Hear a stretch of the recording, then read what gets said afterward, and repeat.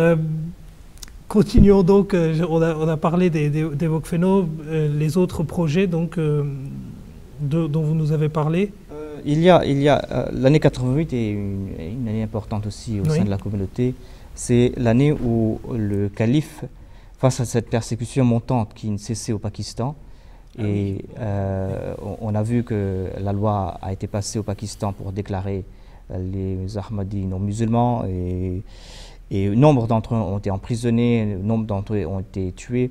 Et c'est là que finalement, en juin 1988, face à ce constat, le quatrième calife a lancé un défi, un mubahala, un duel de prière au président Zia-ul Haq et à tous ceux qui participent dans cette persécution organisée par l'État. Il leur a dit que s'ils ne cessent pas leur persécution, eh bien Dieu va les châtier. Et c'est là que dans plusieurs sermons, en juin 1988, le calife a averti Zia-ul Haq en particulier que s'il ne cesse pas, donc Dieu va l'attraper et Dieu va le châtier. Et nous avons vu l'avertissement final.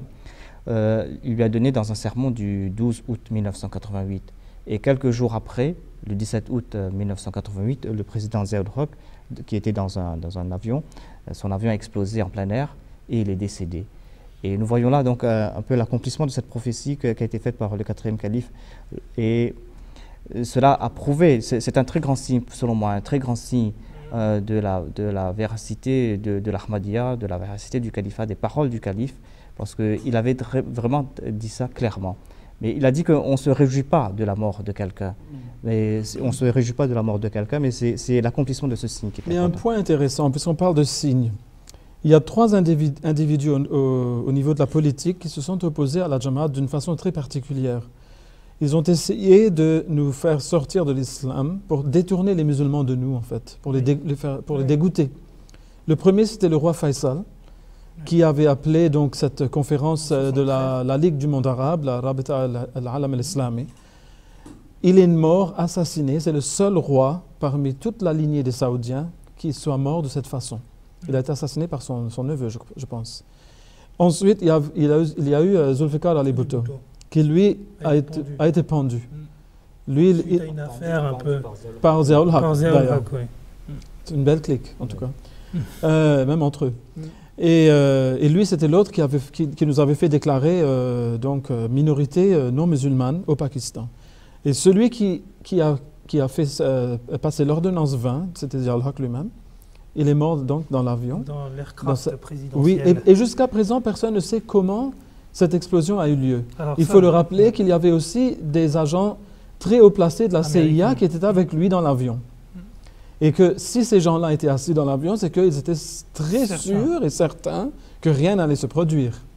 Oui, et puis, mais personne n'est plus grand qu'Allah, en fait. Personne n'est à l'abri.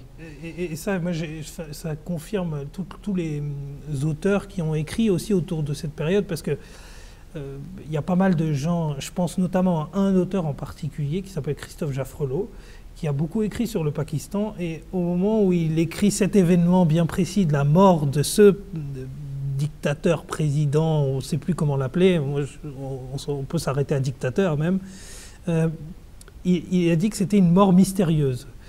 Donc vraiment, même les auteurs, les plus grands chercheurs sur le Pakistan n'arrivent pas à savoir quelle a été la raison de sa mort, mais on voit très bien que quelques jours auparavant, il y a eu cette prophétie, comme vous l'avez si bien rappelé, du quatrième calife, et les musulmans ahmadis, en tout cas, savent à quoi s'en tenir, justement, quand ça concerne le califat. Parce que toute personne, et c'est vrai qui s'est opposée au califat, a vu que ça s'est répercuté sur elle, et comme vous venez très bien de le dire.